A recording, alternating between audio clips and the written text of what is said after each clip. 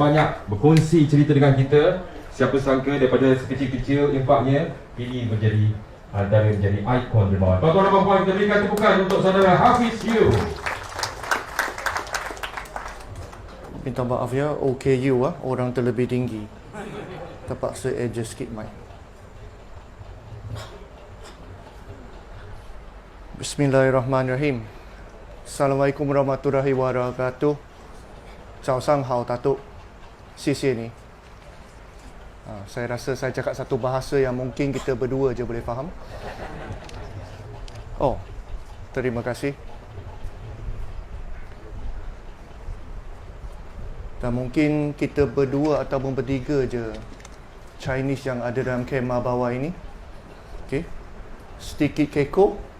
Nak cakap Mandarin tak boleh, takut orang tak faham. Con Tong Hoa để mình sách thang nó.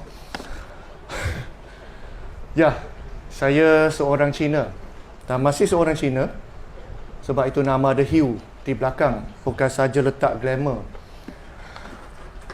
Saya memeluk Islam lebih kurang tahun 2009, yakni lebih kurang 13 tahun lepas.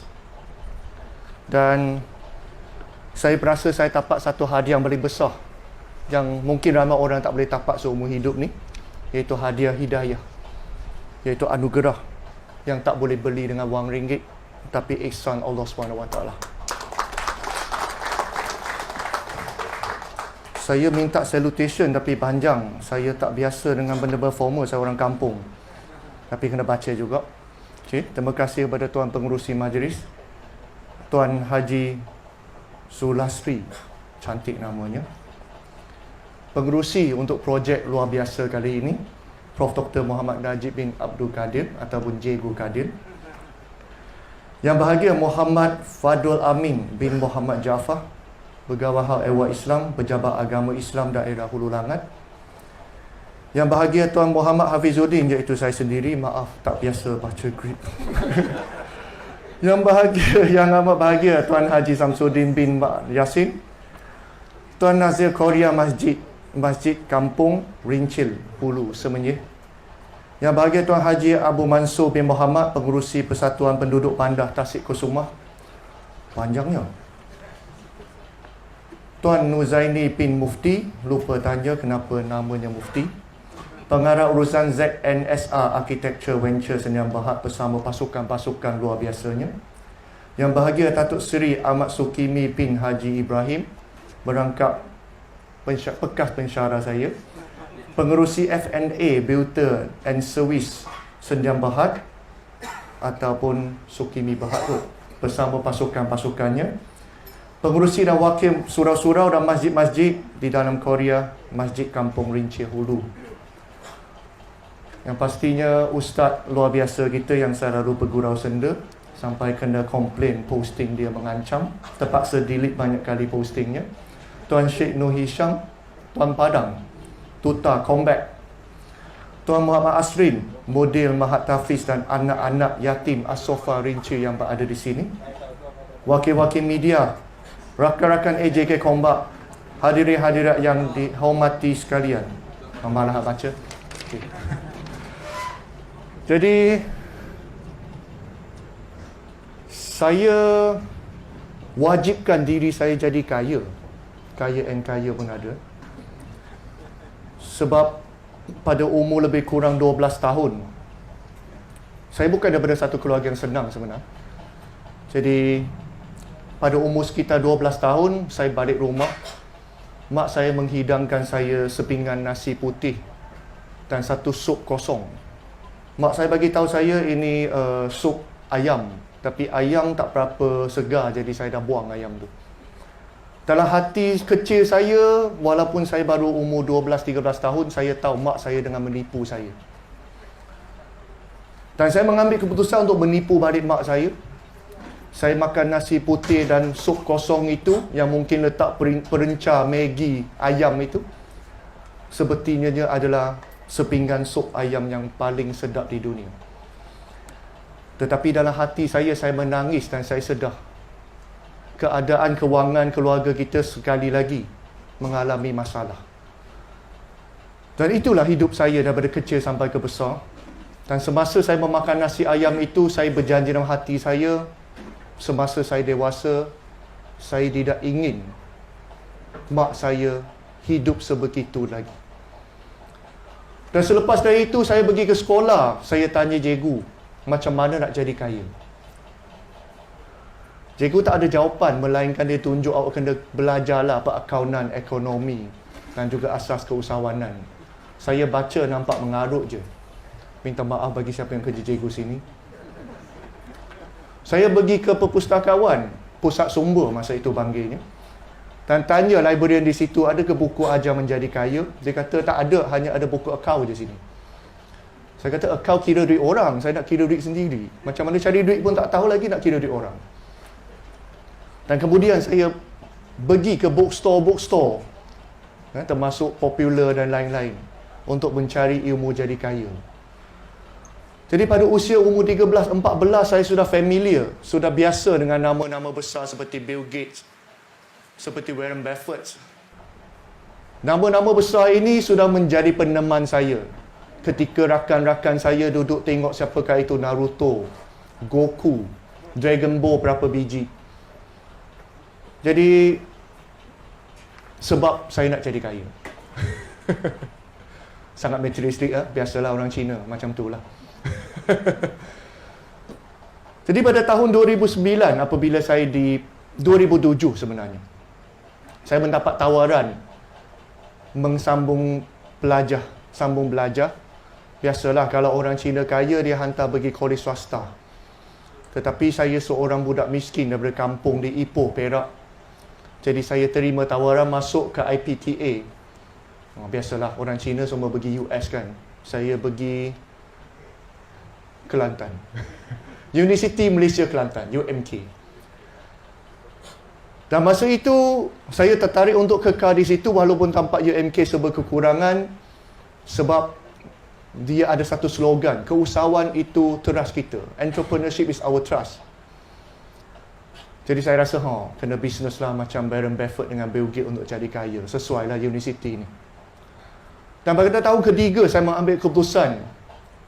Satu langkah menuju kegayaan bagi saya adalah untuk memeluk agama Islam, melafazkan dua kalimah syahadah di MAIK, Majlis Agama Islam Kelantan.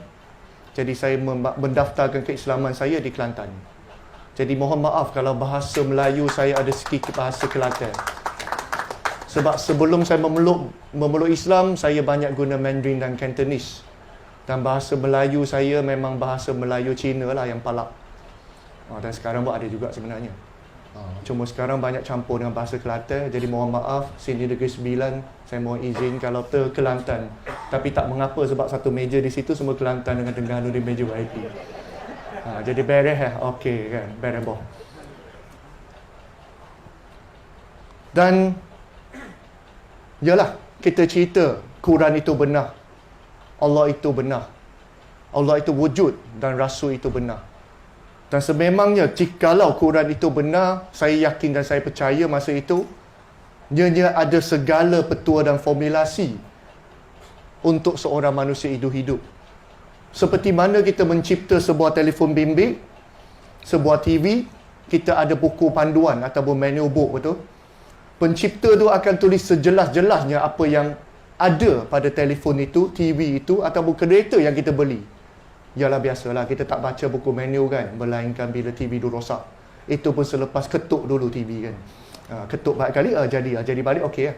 Ketuk-ketuk tak jadi, baru cari buku manual di mana. Rupa-rupa dalam balut lagi tak pernah buka. Sama lah macam kita kadang-kadang. Bukan orang sini lah, sini semua ahli syurga. Sama lah dengan orang yang tak hadir majlis hari ni, ada masalah baru buka Quran, betul tak? Sama, bila ada TV ada masalah, baru kita buka buku manual. Dan dalam buku manual itu, pencipta akan tulis segala benda yang ada dalam tu, betul tak? Kalau kereta buku manual tebal gila, macam mana nak guna signal bagi orang tak biasa guna signal. Macam mana nak guna handbrake, tayar, angin masuk berapa, isi berapa. Detail. Dan saya yakin dan saya percaya jikalau Allah itu adalah pencipta kepada manusia, buku manual yang dia gelar sebagai Quran ini sepatutnya ada segala-galanya.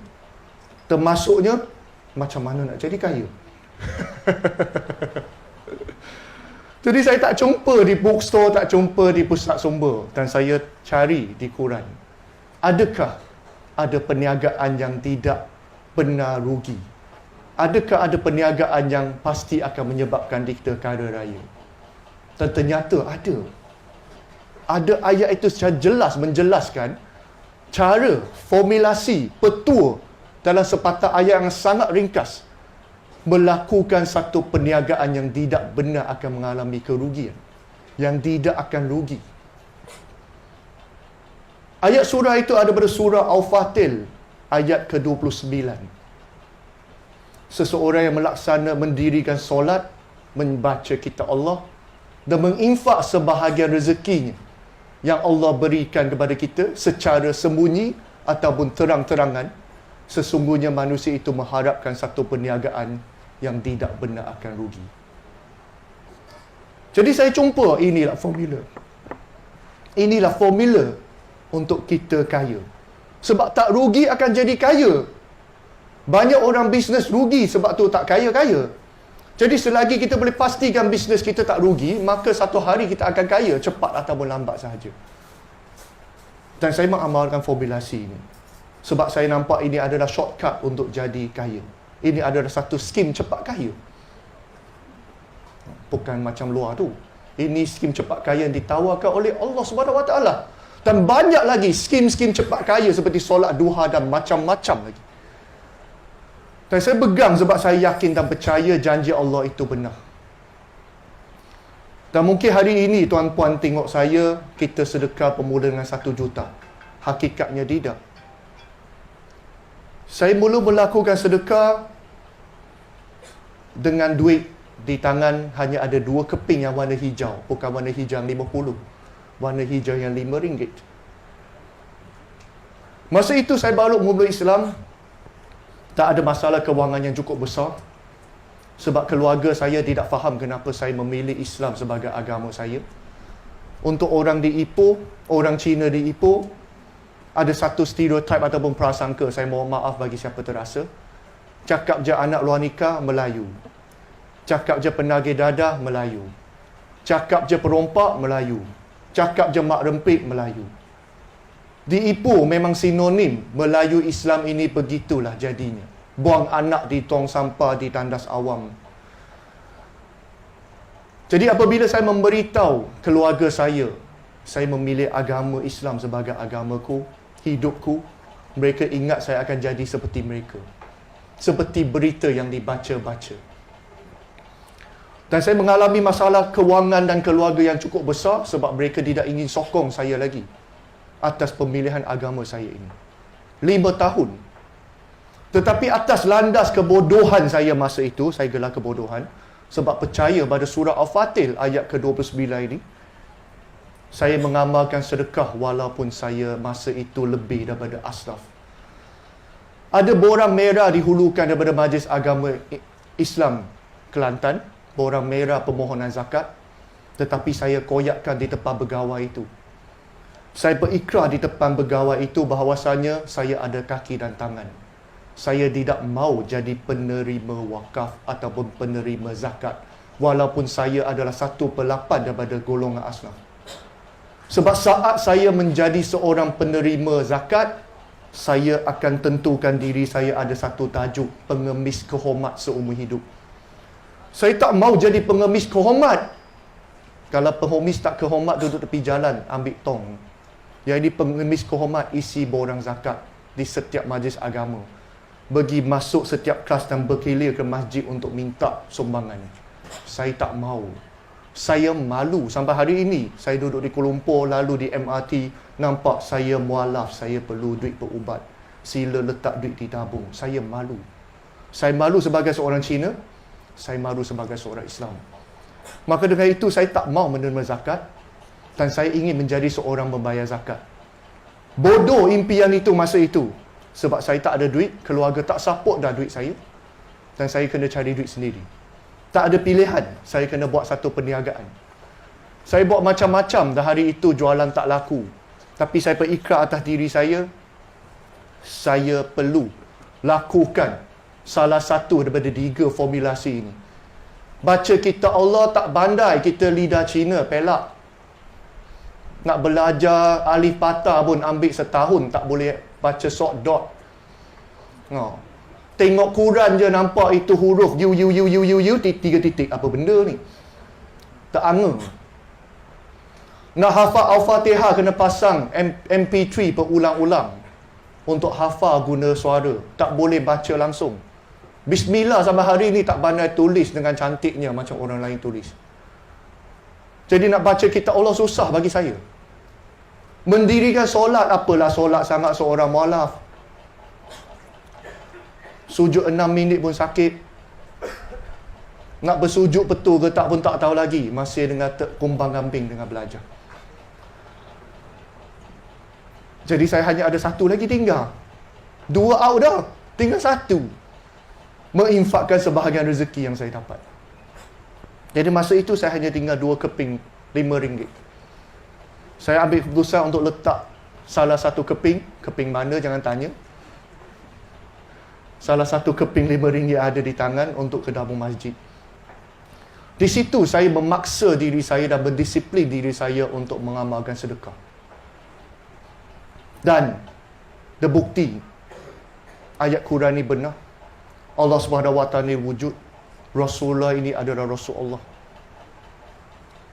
Hari ini bukan sebuah masjid, tetapi bersama-sama dengan staf-staf kaki tangan syarikat saya, pengedar-pengedar syarikat saya, TDC Holding Sdn Bhd, kita telah menyumbang secara langsung dan tidak langsung melebihi 50 buah masjid dan surau di seluruh Malaysia. Masjid Bandar Tasik Kesuma hanya salah sebuah masjid yang kita menyumbangkan daripada 40 yang lain. Dan bilangan ini tengah bertambah dan semakin bertambah.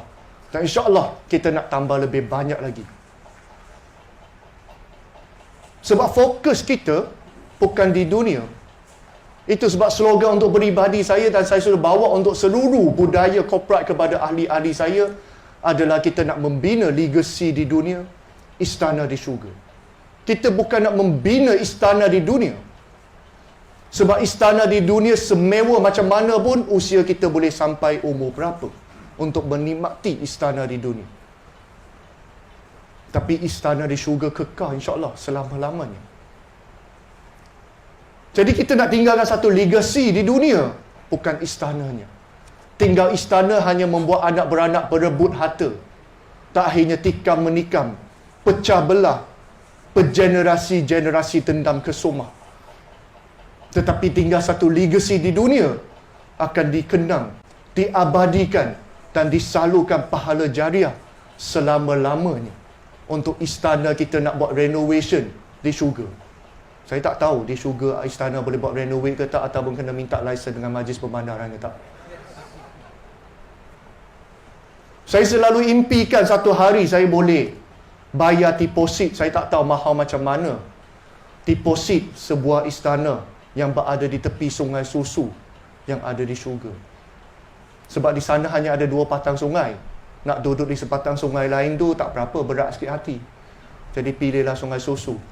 Sebab tu syarikat kita pun jual produk susu. Kita nak bayar down payment bersama dengan jemaah yang bersama dengan TDC Holding Sdn Bhd. Ada sebuah istana, ada sebuah chalet yang tepi sungai.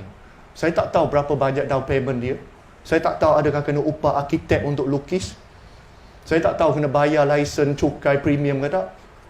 Yang saya tahu, saya percaya dan saya yakin sebab Allah janji. Allah janji kalau kita lakukan satu perniagaan yang tidak pernah akan rugikan, kalau kita lakukan dan beramal soleh, kalau kita tinggalkan 3 perkara di bumi ini, iaitu anak yang soleh, sedekah berjariah, amal ibadah kita. 3 perkara yang kita tinggalkan ini adalah down payment dan juga installment bulanan. Saya tak tahu sana kira bulan macam mana. Installment bulanan kita, boleh kita bayar istana di syurga. Jadi mungkin perkongsian saya sedikit pelik bagi ramai orang tak pernah dengar. Tapi itulah, budak Cina baru belajar Islam guna cara tersendiri. Dan itulah yang kita cuba usahakan. Jadi bagi saya 1 juta ini mungkin banyak bagi ramai orang. Tapi sebenarnya setelah sedikit kalau berbanding dengan hidayah yang Allah berikan daripada saya, terlampau sedikit berbanding dengan down payment yang kita nak bayar untuk beli sebuah istana di syurga. Jadi semoga lebih ramai lagi orang yang mengikuti. Tukarlah seperti apa yang Datuk Seri Sukimi cerita tadi. Kalau kita daripada Malaysia nak pergi ke Thailand kena tukar baht, di Malaysia nak pergi menunaikan umrah kena tukar riyal, apatah lagi kita di bumi, di dunia ini nak pergi ke syurga, kita kena tukar currency di sana. Berapa dah currency PM Padang Mahsyar, pahala mahsyar yang kita sudah simpan, yang kita sudah tukar, ataupun kita simpan USD lebih banyak daripada pahala di mahsyar. Jadi adakah kita sedia untuk transfer duit kita di sini pergi ke sana? Dan mana tempat money changernya? Dan apa yang kita harus lakukan? Saya yakin tuan-puan lebih tahu daripada saya, mengaji lebih tinggi daripada saya, sebab tuan-puan sangat beruntung, sebab tuan-puan dilahirkan dalam Islam, sejak umur kecil lagi sudah khatam Quran, sejak kecil lagi sudah mengamalkan solat. Saya baru nak belajar mengenali Islam. Semoga Allah menerima amal perbuatan kita semua. Semoga sama-sama kita usaha menginfakkan masa kita, usaha kita, tenaga kita, seperti mana barisan-barisan AJK kompak ini cukup luar biasa. Dan saya berharap ada lebih ramai anak muda yang sama-sama mengikuti bersama proses dakwah Islamiah dan jihad ekonomi Islam ini. Sebab kita perasan generasi sekarang sangat teruk. Dunia sekarang penuh dengan idola. Dunia sekarang penuh dengan celebrity. Dunia sekarang penuh dengan benda yang mengaruh untuk kejar viral. Minta maaf kaya-kaya viral. Kebetulan kena nama sama. Dunia sekarang penuh dengan idola. Tapi sebenarnya dunia sekarang perlu teladan. Saya mohon tuan-tuan dan puan-puan semua, sama-sama kita menjadi teladan. Kita menjadi teladan kepada masyarakat di luar sana. Kita jadi teladan yang baik-baik untuk ke arah kebaikan. Saya yakin tuan-puan di sini mampu lakukan. Kita ada anak-anak tahfiz bersama dengan kita. Mereka ini adalah bakal-bakal pemimpin. Mereka ini adalah bakal-bakal penggoncang dunia dan bakal-bakal khalifah selepas kita pergi. Tak ada siapa boleh hidup lebih daripada 100 tahun di muka bumi ini. Jikalau ada pun tak larat nak buat apa sudah. Maka dengan itu, sama-sama kita sediakan kompak ini kepada generasi akan datang. Dan mudah-mudahan pahala usaha kita mengalir sehingga pada mahsyar, sehingga ke syurga, sehingga bila-bila. Saya doakan sama-sama kita usaha, sama-sama kita berjaya, bukan saja di dunia tetapi juga di akhirat nanti. Assalamualaikum warahmatullahi wabarakatuh. Waalaikumsalam warahmatullahi wabarakatuh. Terima kasih kepada bahagia Tuan Muhammad Hafiz Hussein Liu, Abdullah, Wakil Pewakaf yang terbesar, dan perkongsian ilmu yang sangat bermanfaat untuk kita semua, kerana dengan disiplin dan juga keyakinan yang tinggi untuk kita sama-sama membina syurga, membina istana di syurga.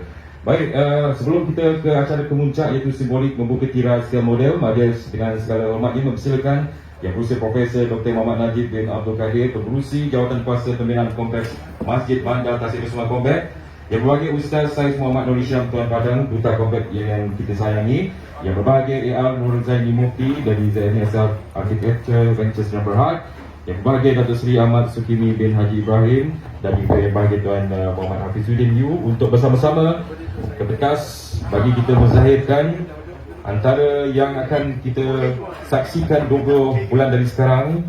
Dan ini dia acara untuk kita raikan bersama membuka tirai skill model yang terdapat di dalam itu.